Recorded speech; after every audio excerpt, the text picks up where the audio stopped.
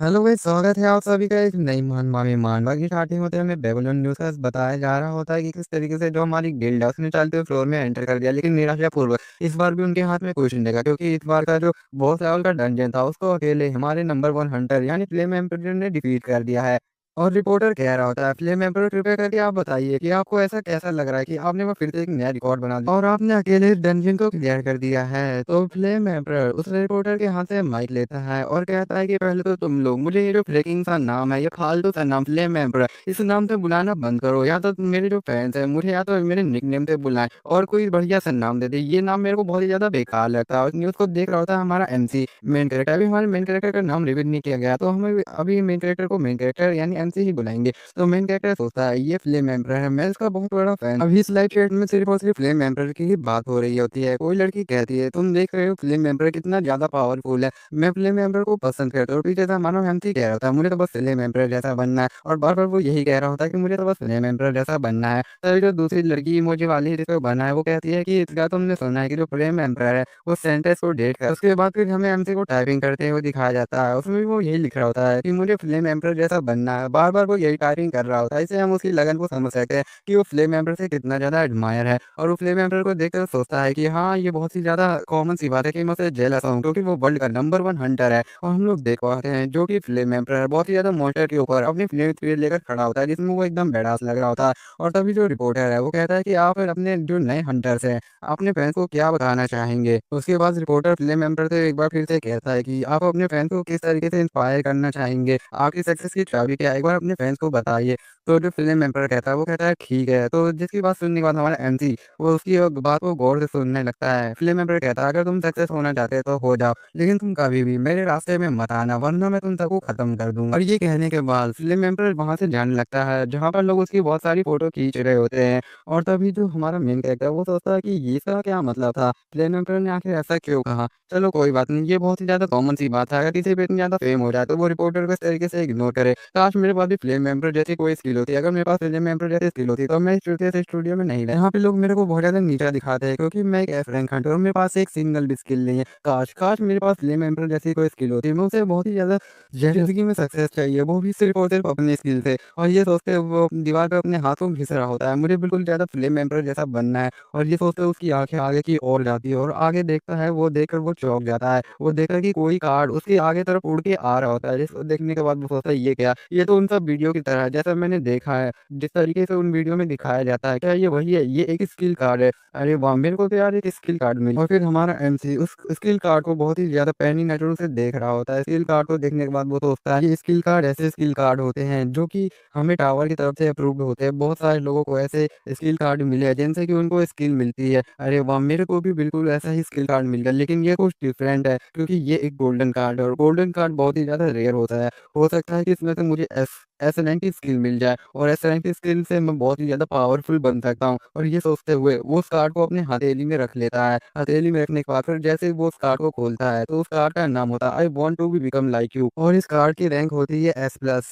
इस कार्ड से जो हमारा एमसी है वो किसी की भी स्किल को कॉपी कर सकता है, लेकिन वो सिर्फ कॉपी तभी कर सकता है जब वो बंदा एमसी को मार दे। एमसी ये सोचते हुए बहुत ही ज़्यादा निराश हो जाता है कि यार जब वो मुझे मार दे मैं उसकी स्किल को कॉपी कर सकता हूँ, इसका फ़ायदा ही क्या? क्या ये कैसी बेकार सी स्किल मिली, और डैम इट! मेरे को तो बहुत ही ज़्यादा गुस्सा आ रहा है। एक एस प्लस रैंक की स्किल। फिर हमें टावर के बारे में बताया जाता है कि कैसे ये अपीयर हुआ। जब ये अपीयर हुआ तो लोगों ने इसको नोटिस करना शुरू कर दिया, और इस टावर को कोई भी आदमी कहीं से भी देख सकता था जैसे कि सूरज होता है। लेकिन इस टावर के बारे में किसी को भी पहले कुछ नहीं पता था कि इसके अंदर क्या हुआ, लेकिन धीरे-धीरे लोग इसके अंदर जाने लगे और वहाँ पे लोग जैसे ही जाते थे उनका सामने ढेर सारे मॉन्स्टर से होता था और वो किसी दूसरी दुनिया में ही पहुँच जाते थे। और टावर रैंडमली लोगों को अपने हिसाब से स्किल दे देता था, जिससे कि हंटर्स का जन्म हुआ और हंटर्स यहाँ पर आते हैं और अपने डंजन में रेड कर, और हमें न्यूज़ रिपोर्टिंग का सीन दिखाया जाता है जहाँ पर एक बंदा कह रहा होता है कि मैंने फ्लेम एम्परर को देखा है, वो बिल्कुल नटराजा की तरह लड़ता है। नटराजा आपको पता नहीं हो, नटराजा हमारे Lord of destruction Lord Shiva है। तो जो बॉस है वो कहता है कि क्या क्या तुम्हें फ्लेम एम्परर अच्छा लगता है?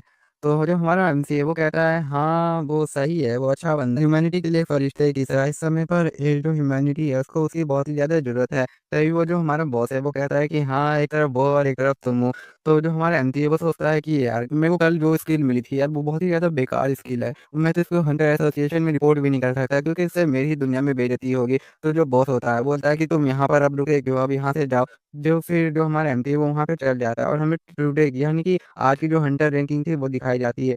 उसके बाद एमसी कह रहा होता है, "अरे यार! मेरे सर में कितना ज़्यादा दर्द हो रहा है।" फिर उसकी नज़र वहाँ पर जाती है कोने में जहाँ पर कि एक लड़की रही होती है कि फ्लेम मेंबर तुम अचानक से मेरे पास क्या आ रहे हो? तो जो फ्लेम मेंबर है वो कहता है, "तुम तो ऐसी एक्टिंग कर रही हो जिससे कि कोई भी तुम्हें देखेगा तो वो तुम्हें बहुत ही ज़्यादा इनोसेंट समझेगा, मिस सेंटेंस। तो ये जो लड़की है ये सेंटेंस है।" तो हमारा जो फ्लेम मेंबर है वो कहता है कि सेंटेंस ये क्या? क्या तुम मुझे पॉइज़न करके मारना चाहते हो? जो तुमने मेरे ड्रिंक में ये मिला दिया वो तो अच्छा हो कि मेरे पास एक स्किल थी जिससे कि मैं इस ट्रबल से बच गया। ऐसा कहते उस पॉइज़न की शीशी को वहाँ पर फेंक देता है और फ़िल्म मेकर कहता है, "तुम मुझे किस तरीके से इसको एक्सप्लेन करेगी? चलो जल्दी से बताओ कि तुमने ऐसा क्यों किया? तुम्हारे साथ क्या चीज़ गलत है?" और इन सब चीज़ों जो एमपी है वो सुन रहा होता है और सोचता है कि पता नहीं ये सब किस तरीके की बात कर रहे हैं? क्या ये सब कोई कपल टॉक कर रहे हैं? और इन सब चीज़ों की अभी फ़िल्म एम्पर है उसने सेंटेंस का गला दबा लिया होता है और वहीं पर वो उसको मारने की कोशिश कर रहा होता है। तभी वो जो हमारा एमसी है वो सोचता है कि मुझे किसी भी तरीके से यहाँ से निकलना पड़ेगा। तो जो फ़िल्म एम्पर है वो कहता है कि तुम मेरे को पागल नहीं बना सकती क्योंकि मेरे पास एक लाई डिटेक्शन स्किल है जिससे कि मैं किसी के भी झूठ सच का पता लगा सकता हूँ।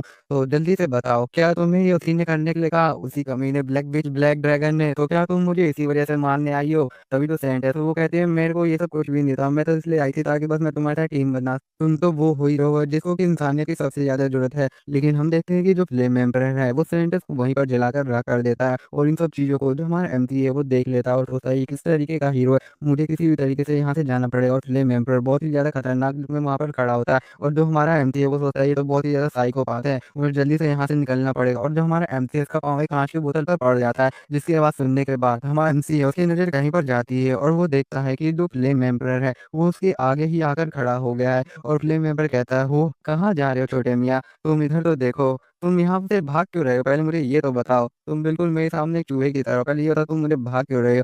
तो अभी जो हमारा एमसी है वो सोचता है इसकी आय बिल्कुल ज़्यादा मर्डरस है, मुझे किसी भी तरीके से यहाँ से भागना पड़ेगा। सेंटेंस ऐसी पहले नहीं होगी जिसको इसने मारा होगा, इसने ना जाने 10, 100 या फिर हज़ारों लोगों को मारा होगा, मुझे किसी भी तरीके से यहाँ से भागना पड़ेगा। और ये सोचते हुए जो हमारा एमसी है वो गिर जाता है और जैसे ही वो गिरता है वो अपने पाँव को देखता है, उसके पाँव में मोच आ गई होती है, जिसको देखने के बाद वो बहुत ही ज़्यादा घबरा जाता है और पीछे की ओर देखने लगता है और पीछे की ओर से जो फ्लेम एम्परर है वो उसकी तरफ आगे-आगे बढ़ रहा होता है और एमसी का ध्यान सिर्फ़ और सिर्फ़ अपने फुट पर होता है क्योंकि मोच की वज़ह से वो आगे बिल्कुल भी नहीं जा पा रहा था और पीछे से जो फ्लेम एम्परर वो अपनी फ्लेम स्फीयर को लेकर के हमारे एमसी की ओर बढ़ रहा होता है। धीरे-धीरे उसकी कदमों की आहट तेज़ हो जाती है क्योंकि वो एमसी के आगे आ रहा होता है और फिर फ्लेम एम्परर पूछता है कि तुम वहाँ से भाग क्यों रहे हो? जबकि जो हमारा एमसी है वो कहता है प्लीज़ फ्लेम एम्परर मैंने कुछ भी नहीं किया, मुझे जाने दो। तो फ्लेम एम्परर कहता है कि क्या तुमने देख लिया? तो फिर उसके बाद जो हमारा फ्लेम एम्परर है वो कहता है कि चलो जल्दी से बता दो कि तुमने वहाँ पर क्या देखा और क्या चीज़ नहीं देखा? चलो जल्दी मुझे बता दो वरना मैं तुम्हें यहीं पर ख़त्म कर दूँगा। तुम मुझे जानती ही होगी कि मैं फ्लेम एम्परर हूँ और मेरी पावर कितनी ज़्यादा है।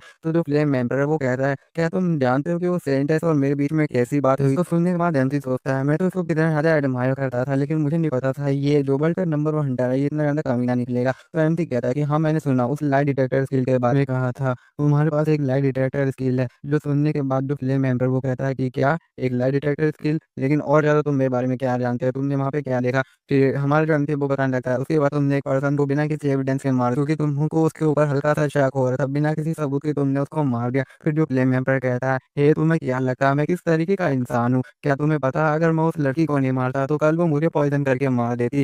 तुमको तो बिल्कुल भी कुछ पता ही नहीं। तो चलो मेरे पास एक रास्ता है जिससे मैं पता कर सकता हूँ कि तुम मेरी जासूसी कर रहे थे या नहीं। तो मुझे तो ऐसा लग रहा है तुम बहुत ही ज़्यादा इनोसेंट है क्योंकि मेरी लाई डिटेक्टर स्किल से तुम यहाँ पर रोने लग गए।" तो वो जो हमारा एमपी वो कहता है, "हाँ, हाँ, तुम मुझे जाने दो यहाँ से प्लीज़ मुझे जाने दो। तुमने देख लिया तो।" तो जब भी जो फ्लेम मेंबर वो कहता है तो ठीक है यहीं पर जल के भस्म हो जाओ और मेरा नाम याद रखना, मेरा नाम यूसुफ है तो चलो गुड बाय। और हम देख पाते हैं कि जो हमारा एमसी है उसको पुराने आने लग जाते हैं जिसमें कोई उसे कह रहा था आज से तुम्हारा नाम गोंगजा है और तुम्हारा काम है कि दुनिया में बहुत ज़्यादा ग्रेट बनना, द ग्रेट महात्मा गांधी की तरह, द ग्रेट चाइना बॉल की तरह। और फिर हमारे एमसी के सामने नोटिफिकेशन शो होती है जो कहती है कि अब तुम मारे जा चुके, जिसको देखने के बाद एमसी कहता है कि नहीं मुझे इस तरीके से नहीं मरना है, नहीं मैं इस तरीके से बिल्कुल भी नहीं मर सकता। तो फिर जो हमारे एमसी के सामने एक नोटिफिकेशन आती है और उसमें लिखा रहता है कि तुम्हारी स्किल की रिक्वायरमेंट पूरी हो चुकी है और तुम्हारा जो स्किल है यूज़ हुआ का स्किल तुम्हारे लिए कॉपी किया जा रहा है और वहीं पर एक कार्ड क्रिएट होने लगता है जो कि यूज़ हुआ का स्किल कार्ड होता है। तो जो हमारा एमसी है वो सोचता है कि नहीं मैं इस तरीके से मर नहीं सकता, मुझे एक अच्छी सी जीनी है जिसमें मैं में बिल्कुल ही अच्छे से जी सकूँ। तो इसके सामने नोटिफ़िकेशन आते हैं, अपने कार्ड को सिलेक्ट करो और जो हमारा एमसी है वो उस कार्ड की तरफ अपने हाथ को बढ़ा रहा होता है